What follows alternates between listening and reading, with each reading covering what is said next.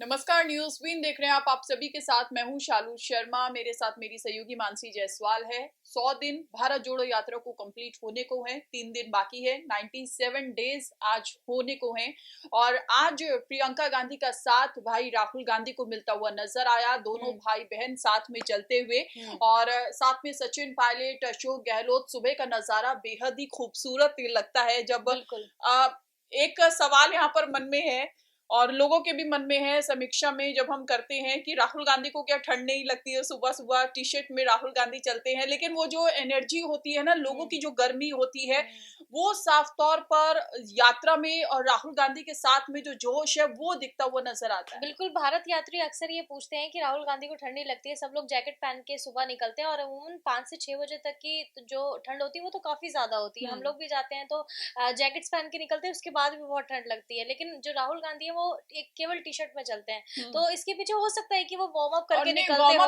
वो फिटनेस देख लीजिए आप। फिटनेस की वजह से भी, लेकिन फिटनेस के बावजूद भी इंसान है, ठंड तो लगती है। लेकिन हाँ, वार्म अप करके निकलते होंगे तो शरीर में थोड़ी गर्मी आ जाती है, तो उसके बाद चलना शुरू कर देते हैं और शरीर में तो उसके बाद गर्मी आ ही जाती है, तो शायद इसलिए नहीं पहनते होंगे। और चलते चलते वैसे भी जैकेट थोड़ी सी अनकंफर्टेबल हो जाती है। हम लोगों को भी अगर हम तेज वॉक कर रहे हैं तो हमें उतारनी पड़ जाती है जैकेट कई बार, तो ऐसा हो जाता है।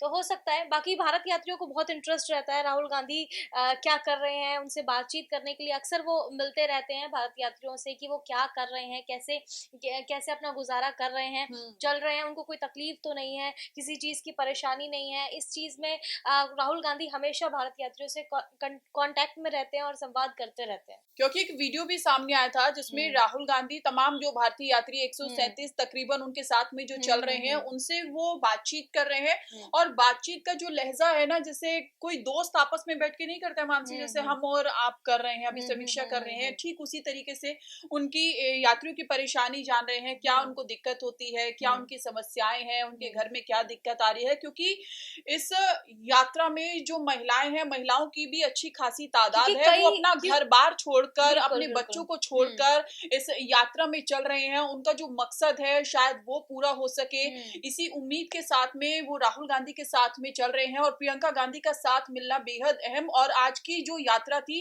काफी ज्यादा भीड़ आज की यात्रा में देखने को मिली।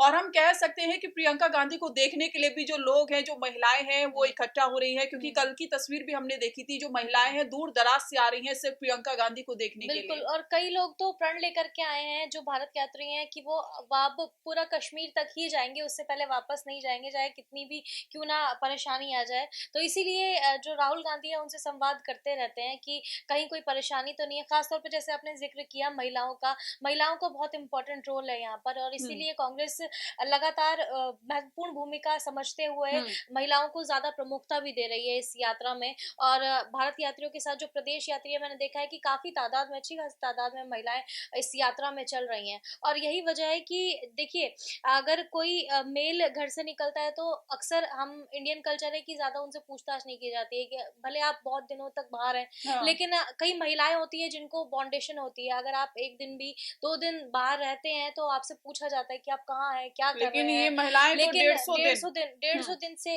लेकर के आई है कि हम चलना ही चलना है हम लोगों को। और अपने घर से ऑफ कोर्स सबके अपने परिवार होता है, अब सबको छोड़ करके आते, कोई अपने बच्चों को छोड़ करके आया है, कोई अपने माँ बाप को छोड़ करके आया है, कोई अपनी पढ़ाई छोड़ करके आया है, तो बहुत सारी चीजें हैं। तो इसीलिए राहुल गांधी उनसे संवाद करते रहते हैं।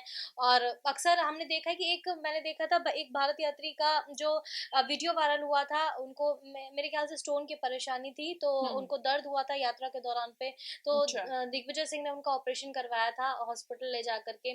तो उन्होंने एक पोस्ट भी शेयर किया था जिसमें उन्होंने धन्यवाद कहा था। उन्होंने कहा था कि जैसे जैसे आप यात्रा में चल रहे थे तो उनको स्टोन का पेन हुआ होगा, उसके बाद उनको ऑपरेशन के लिए कहा गया, तो उसी दौरान ही करवाया गया। और उन्होंने ये भी कहा कि मुझे बिल्कुल भी घर की याद नहीं आई।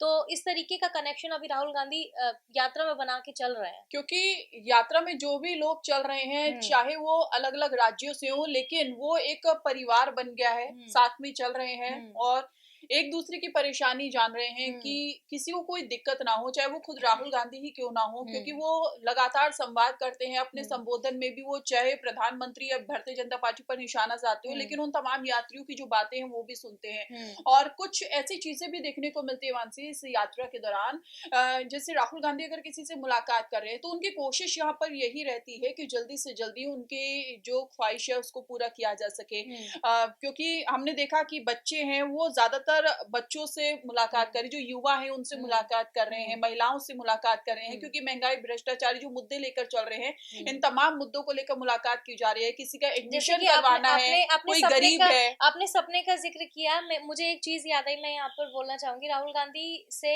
कुछ बच्चियों ने कहा था कि उनका सपना है कि वो हेलीकॉप्टर में बैठना चाहती वो मैंने जिक्र भी किया था और उन्होंने वो पूरा किया था।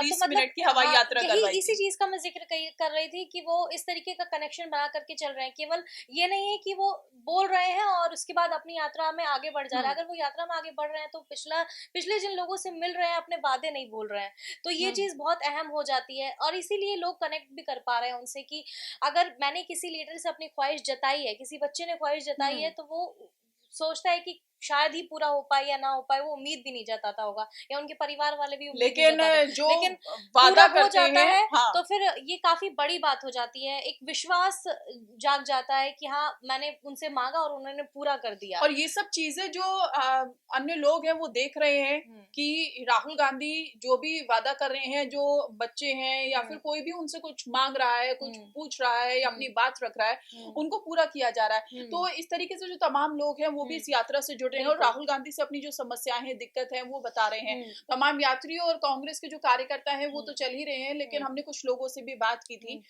तो उनकी जो दिक्कत थी वो यही थी, जो मैं बात कर रही थी ऑफ कैमरा, मैं बात कर रही थी उनसे, तो खाने पीने की जो मेन समस्या रहती है लोगों की, क्योंकि काफी लंबा डिस्टेंस हो जाता है, 14 किलोमीटर सुबह की यात्रा, 13 से 14 किलोमीटर चलना। और कल परसों हमने जिक्र किया था कि पानी वानी की व्यवस्था नहीं होती है, और परसों तो हमें देखने को मिली थी, लेकिन आज फिर वही हाल था कि इस तरीके की कोई व्यवस्था नहीं थी। खाने पीने की जो व्यवस्था होनी चाहिए वो व्यवस्था नहीं देखने को मिल रही है। और कंपैरिजन साउथ में इस तरीके की जो व्यवस्था थी वो हमें देखने को मिली थी। साउथ में अच्छा खासा इंतजाम किया गया था। लेकिन जो राजस्थान में, क्योंकि कांग्रेस की सरकार है, ये कहना जरूरी है कि हमें लगा था, लोग ये कह रहे थे कांग्रेस की सरकार होने के बावजूद हमें लगा था कि बहुत अच्छा यहाँ पर इंतजाम किया जाएगा, लेकिन उससे बिल्कुल उलट देखने को मिला। ये काफी हैरानी वाली बात है। खैर इसके पीछे क्या वजह है वो तो नहीं पता है, लेकिन आज की यात्रा जो थी वो काफी अच्छी मानी गई। प्रियंका गांधी और राहुल गांधी और प्रियंका गांधी की बेटी मिराया भी उनके साथ यात्रा में चल रही थी, और इसीलिए खासतौर पर महिलाओं से वो मुलाकात कर रही थी प्रियंका गांधी, और उनसे समस्याएं भी जान रही थी। बहरहाल आप इस मामले पर क्या सोचते हैं हमें कमेंट करके जरूर बताइएगा। इसके अलावा देश और दुनिया की तमाम बड़ी खबरों के लिए हमारे चैनल को सब्सक्राइब जरूर करिए और इसी तरीके से हमें प्यार देते रहिए। नमस्कार।